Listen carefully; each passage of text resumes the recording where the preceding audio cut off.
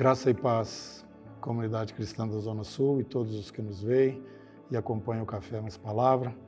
Hoje nós temos um tempinho aqui para falar sobre comunhão.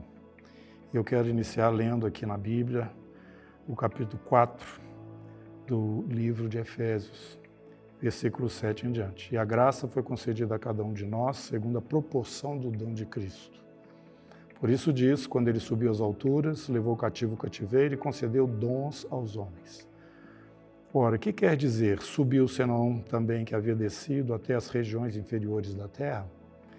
Aquele que desceu também é o mesmo que subiu acima de todos os céus para encher todas as coisas. E ele mesmo concedeu uns para apóstolos, outros para profetas, outros para evangelistas e outros para pastores e mestres.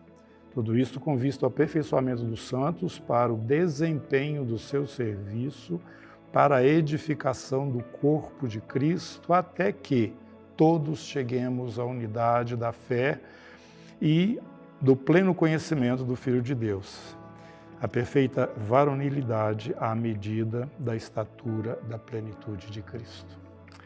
E ainda mais um texto que se encontra em Filipenses, capítulo 2, versículo 1, 2, 3 e 4.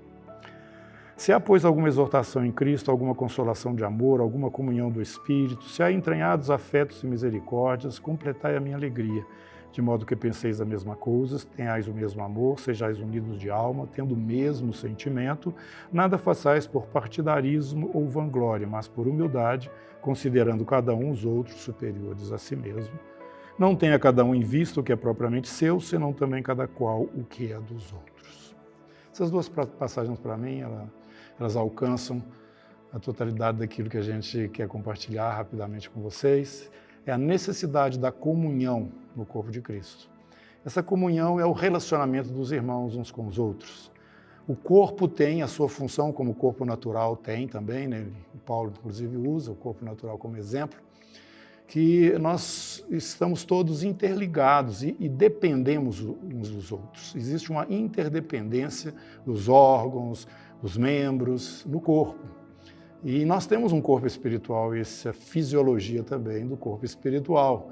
Existe uma dinâmica entre nós. E nós temos observado que Deus nos concede dons, como já foi apresentado aqui, e esses dons precisam ser compartilhados.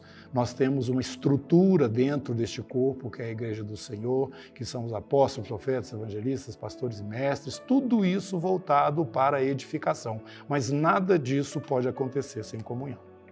E também no livro de Filipenses nós temos ali aquela forma como Paulo abre o coração e se apresenta àqueles irmãos tão amados por ele, que era o desejo dele, né? Ele via naquela convivência que ele estava falando necessária entre os irmãos ali, a própria vida da igreja.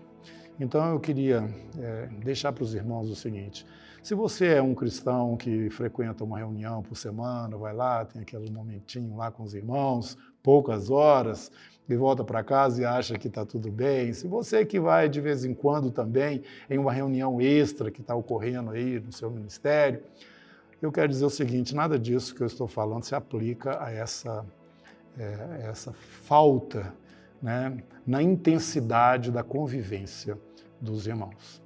Há muitos anos que nós ensinamos aqui na comunidade a necessidade para o nosso tempo de guardarmos 3 tempos. Por conta do momento, por causa da hora que a igreja vive, é necessário você ter tempo com a palavra de Deus, leitura da Bíblia, é necessário você ter tempo de estar meditando na presença do Senhor, tempo com o Espírito Santo, porque ele comunica com o nosso espírito, e você também precisa ter tempo com os irmãos. É super necessária essa comunhão. Ela pode acontecer quando nós estamos estudando a Bíblia, numa reunião de oração, ela pode acontecer de várias maneiras, inclusive alguma atividade, eu diria até mesmo social, né? Mas é muito necessário que haja a comunhão, a aproximação, eu diria que é mais do que isso, até a interação do corpo que é a igreja, porque neste corpo existem muitos recursos que não são atendidos nessa vida individualizada que nós muitas vezes vivemos em relação ao corpo. Então, a minha chamada, a minha palavra é o seguinte: procure a comunhão. Não importa se os irmãos que estão ao seu entorno sejam aperfeiçoados, ou estão começando agora, ou que tem alguém mais problemático, não importa. É mais importante a comunhão em si do que essa seleção de pessoas que você gostaria de ter ao seu derredor. Ame o irmão de todo o seu coração, porque esse é o primeiro mandamento que o Senhor Jesus, aliás, o único que ele deixou para nós. Amém.